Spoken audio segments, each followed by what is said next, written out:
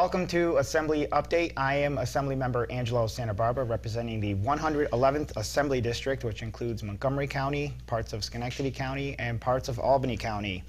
We have a great show lined up today, a very unique organization. We have Nancy Biro from Peaceful Acres Horses.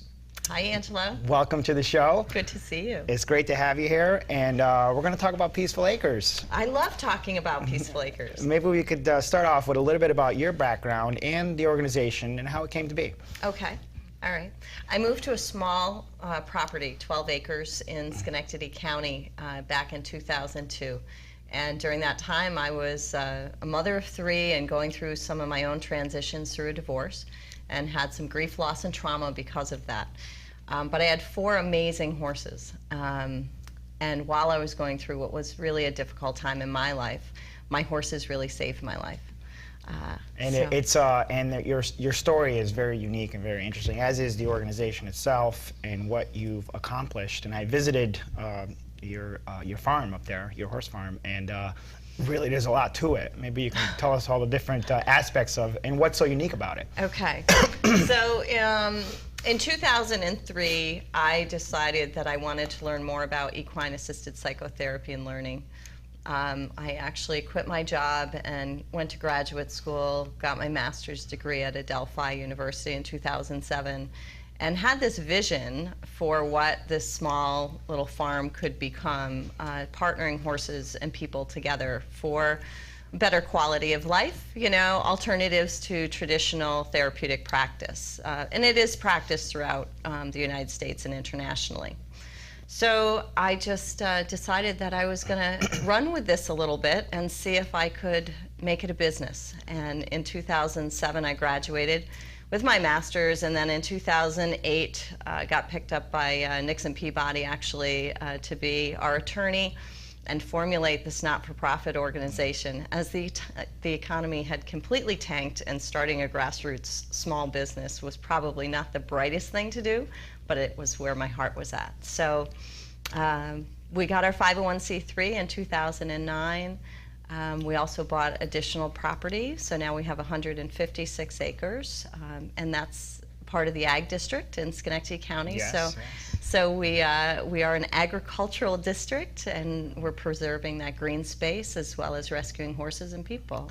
And I remember when you first started this venture, and we were there for your ribbon cutting, and now years later I see that it has expanded, and you have a lot more programs and facilities up there, and it's really, some of the views from your property are just breathtaking, and I think you're right, preserving the green space is also part of this.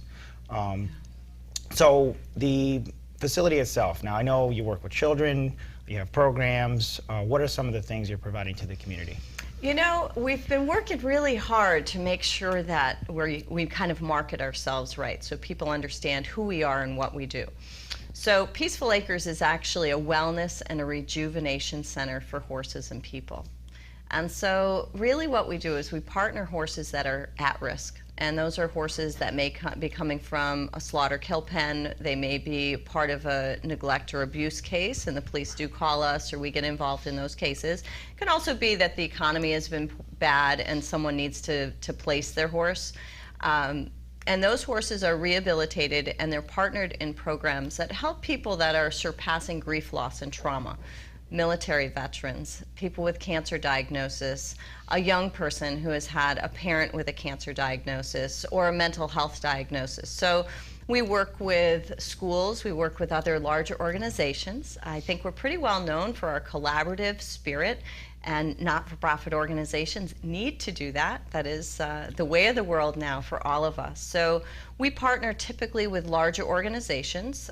BOCES is one of our clients, or one of our partners, and they make referrals into our program. We work together collaboratively to find the money that's needed, and we serve the kids. As a matter of fact, while I am here today, there's kids from BOCES working with our staff and our horses. So I'm really excited about that. That's wonderful. That's wonderful. And you talked about, I know there's a veterans program that just recently I heard about, and you mentioned that. Yeah. I think that's very, very interesting and very community oriented. Maybe we could just mention to the audience what that's about. Love to. I had gotten contacted by the VA, by the Women's Center at the VA, which is really a beautiful, beautiful place right at the VA hospital. And they asked me if I would be able to provide any support services for women veterans who typically are diagnosed with anxiety, depression, military sexual trauma, PTSD. They're all different age groups now too. You know, there's a lot of younger women that are now coming back from Iraq and Afghanistan.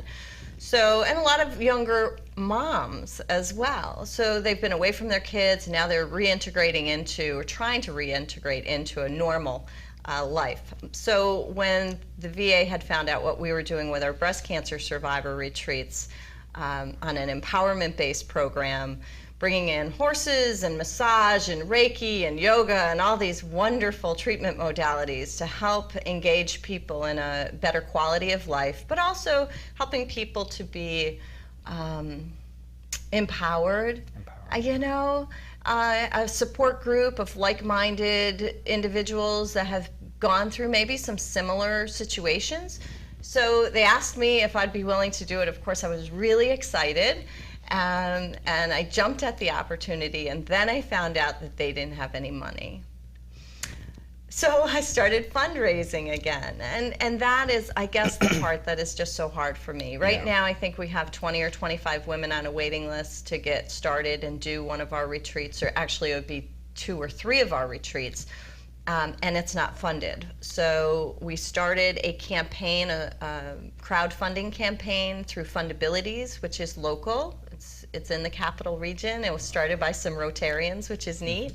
And they asked me if I wanted to do a campaign that way. Also reaching out to some other foundations to see if we can get some support, because our season is short. If I don't get the funding in time, we're obviously not doing retreats this year once it gets to November or December. Right, and the weather Nobody changes. wants to be, you know, the ranch is beautiful, but something about the winter time is not as cozy. You've had quite a few events up there, and I've been able to attend, and certainly there'll be more this year. What do you find, going back to the origins of Peaceful Acres, what was the biggest challenge in getting off the ground? Was it funding, or was there other challenges in trying to get started?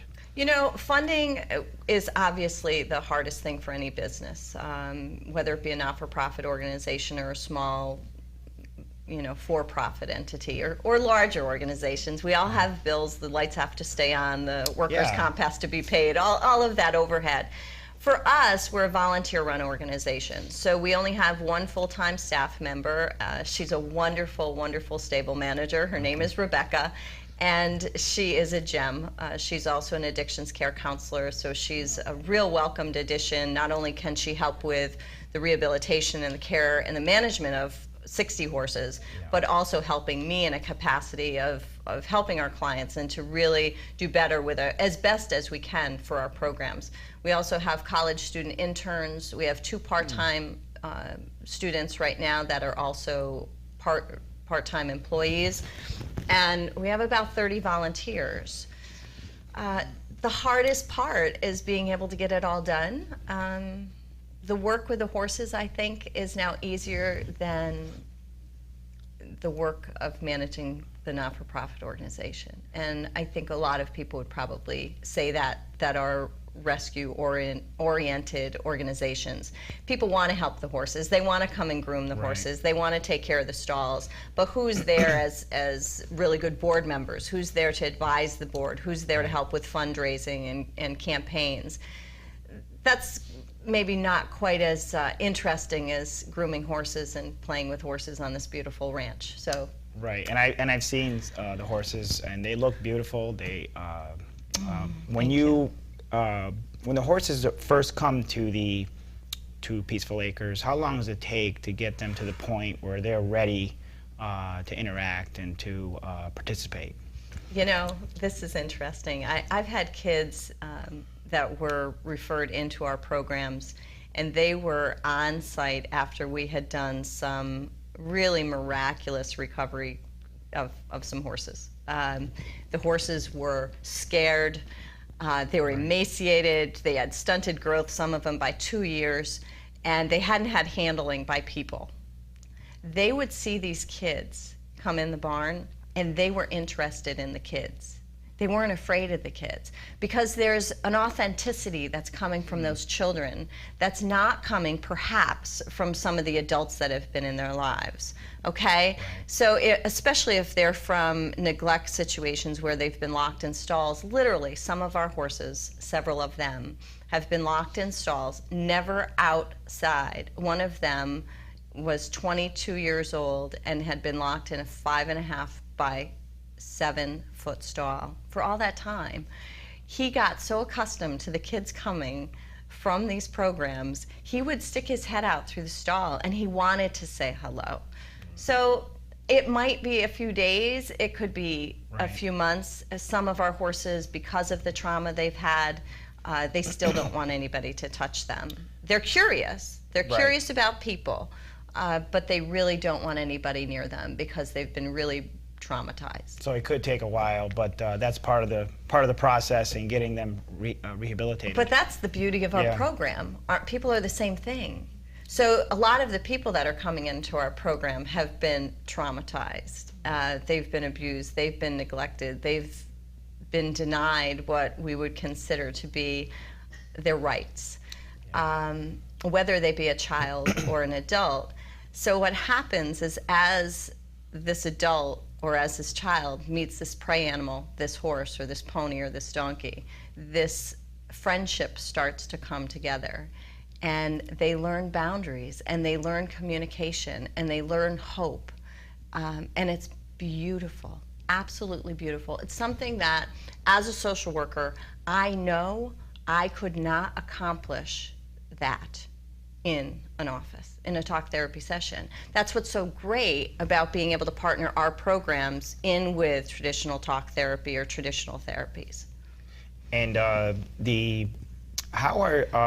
guess the next question that would come is there's horses that are in need of rehabilitation. How are they discovered? How do you find them and bring them to Peaceful Acres? Because it seems like it's difficult to locate some of these horses, or do people call you? Oh boy. You know, sometimes people call. Yeah. Like after the show, people will be calling to see if I have any room, and we're really at capacity. Yeah. Unfortunately, so that's why I go on TV to try and help in a larger macro way. Yeah. Sometimes owners will call. There's been a death in the family, or there's been an economic change, or maybe someone's ill and they can't keep their horse anymore, so they want to surrender that horse into our program. Okay. Again, we can't do that. It's very, very difficult because we don't have the funding. We're not funded by a state or federal government or by any organization that is helping any of us, any of our 501c3 rescue organizations. So that's difficult.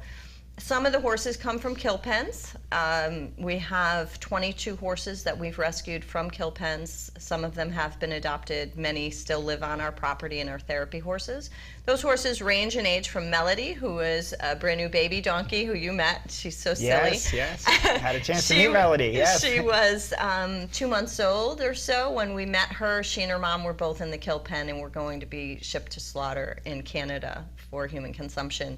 And she's just a prize at Peaceful Acres. So we get called on those by some people, or we actually follow the kill pens a little bit. It's very, very difficult because we can't save them all. Right. You know, we can only do a tiny little bit. Yeah. Then there's situations where there's hoarders, and those people don't want to release their horses. And I think I've used my social work skills in some of those situations to help the owners to feel that it's okay to release their horses, let go of their horses, where they're going is a therapeutic center, and we work a surrender agreement for the most part. A lot of times people are just over their head, and they're kind of afraid of police coming in or someone coming in, so they close down and hunker down even more. People do the same thing. When it comes to their kids, they don't want people around and they feel that things are out of control. So we try to just be really good advocates for the horses and also for the people.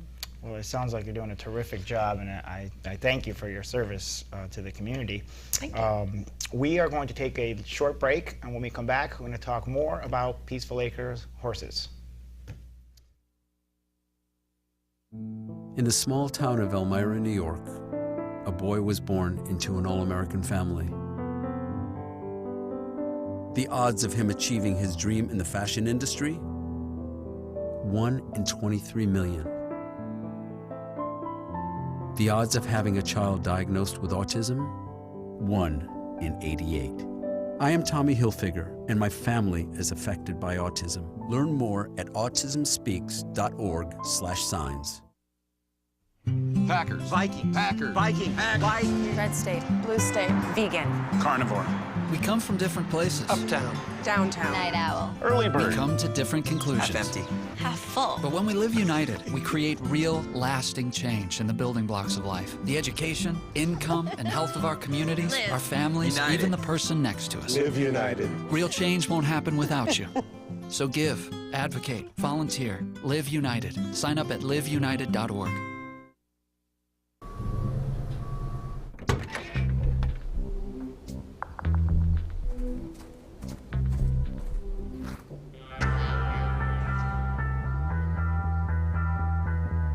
When you throw away money on wasted electricity,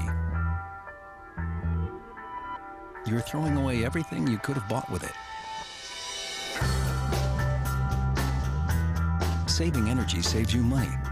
Learn more at energysavers.gov. So, I'm kind of new here, but I've noticed a trend. My human does this funny thing where she goes around and gets all my toys, and then she hides them in that basket by the door. You know, but it's always the same basket, and it's always in the same place. And then she acts so surprised when I find them, but, you know, she's putting them in the same basket. Again. It's like, hello, that's where you put it last time. You were the worst at hide and go seek. Welcome back to Assembly Update. I am Assembly Member Angelo Santa Barbara. My district office address is 1170 Riverfront Center, Amsterdam, New York, 12010. I can be reached by phone at 518-843-0227 or by email at santabarbara@assembly.state.ny.us. Welcome back to the show. We have been talking with Nancy Viral, founder of Peaceful Acres Horses. Nancy, welcome back. Thank you for being here. We talked a lot about Peaceful Acres. We also talked about some programs. We talked about the Veterans Program, but there's also a cancer program that you're running as well, and I would love to hear about that. Okay.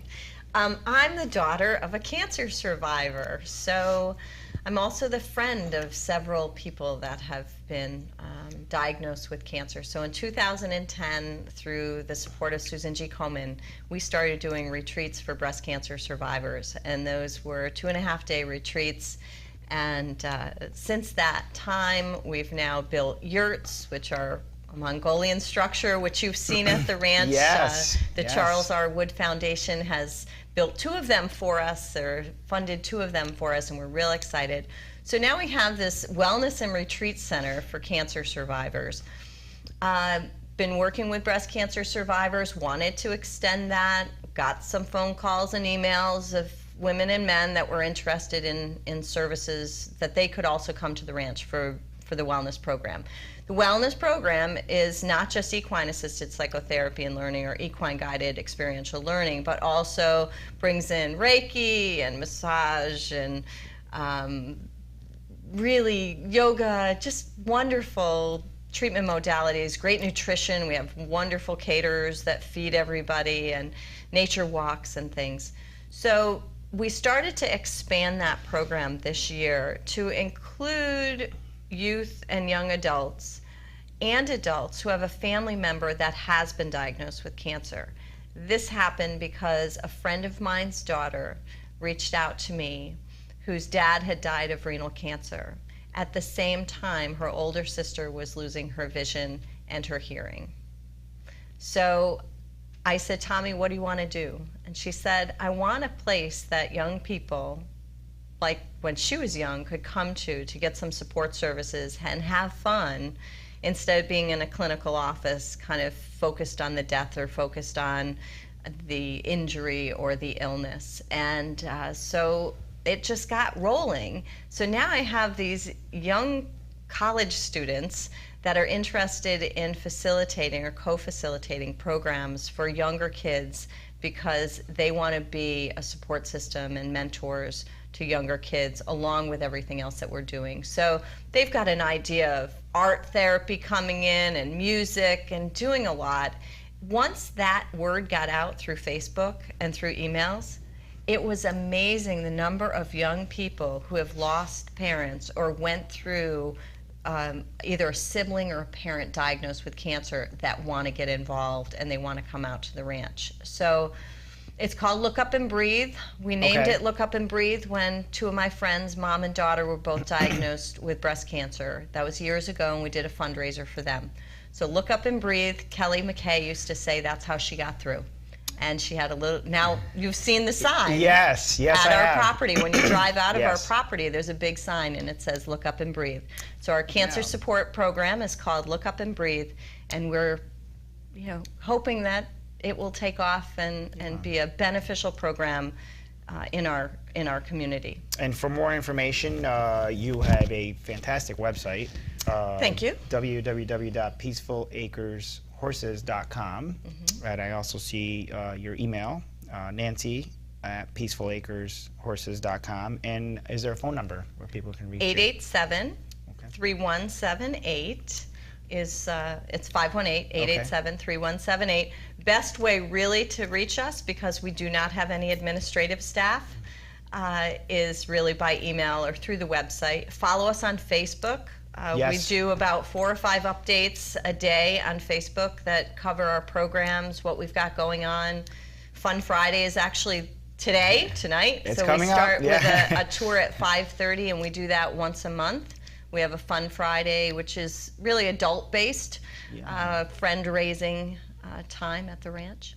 And the website is fantastic, and again, anything we don't talk about on the show is on the website, and people can always inquire more. One of our events that we also have coming up, we didn't talk about, we are doing our Saratoga fundraiser July 22nd at Fasig-Tipton, and some of our horses will be there with us. We're real excited, and the details will be posted on our website probably in a week. So that's Monday, July 22nd, which I believe is the first week of track season. Oh, that's And we'll be up there perfect. with some rescued thoroughbreds, actually.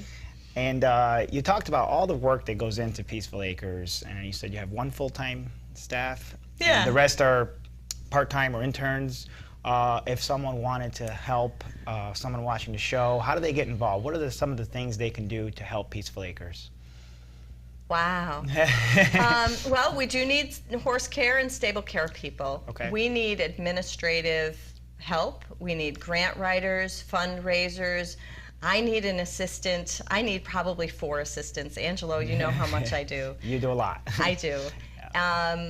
I love what I do, but the agency has really done a lot over the past couple of years. So we need some board members.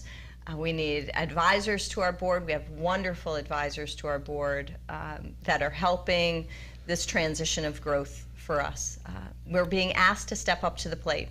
When the VA calls you and says, will you provide programs, you're being asked to step up to the plate. And your internship program, if schools want to get involved, just contact you, or is there a... They can contact me, right? It's Nancy, Nanci, at peacefulacreshorses.com.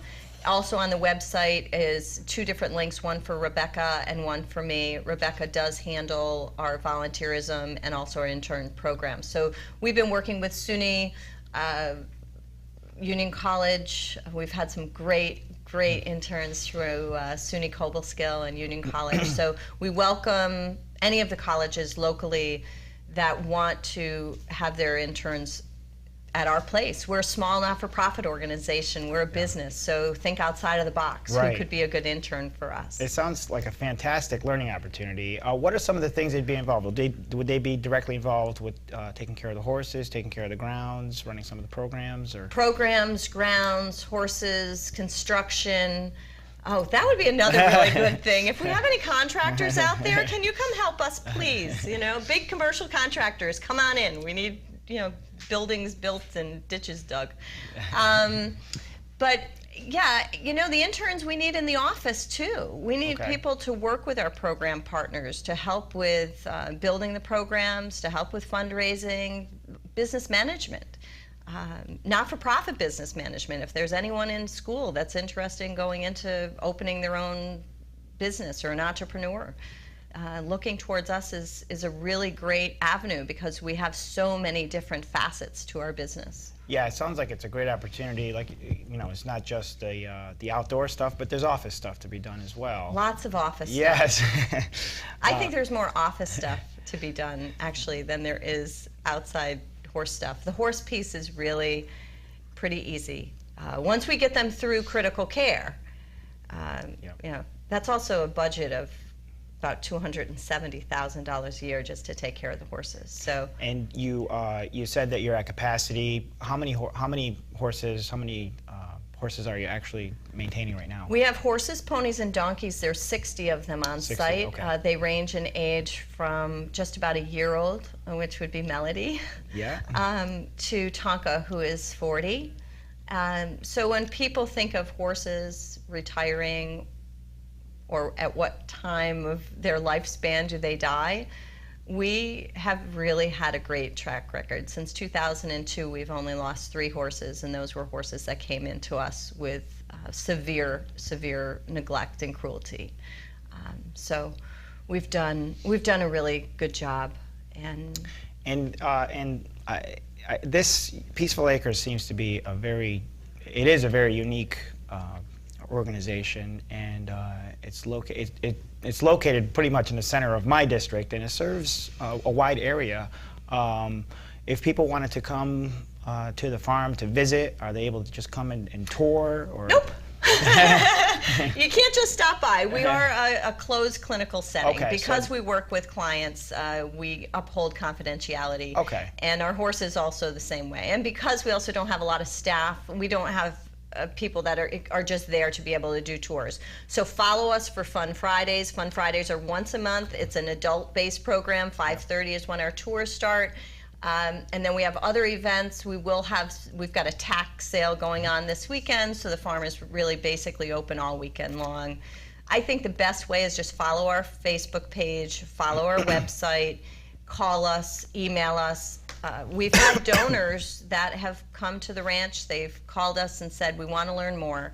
And these are people that literally are keeping us afloat sometimes with their generosity. And And I do see your Facebook posts over and over again.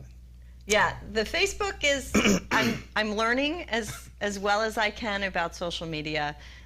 That's another thing that I do.